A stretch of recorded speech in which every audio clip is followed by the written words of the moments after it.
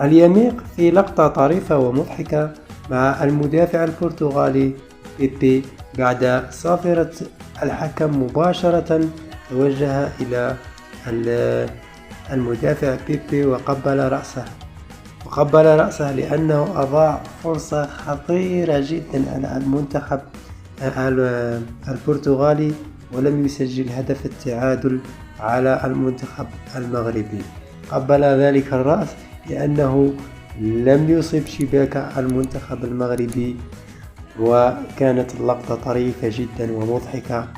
والله المنتخب المغربي منتخب قوي جدا، يستاهل الوصول إلى نصف نهائي ويستاهل الوصول إلى النهائي، ولمع التتويج بكأس إفريقيا بكأس العالم لكل الأفارقة والعرب إن شاء الله. حظ موفق للمنتخب المغربي.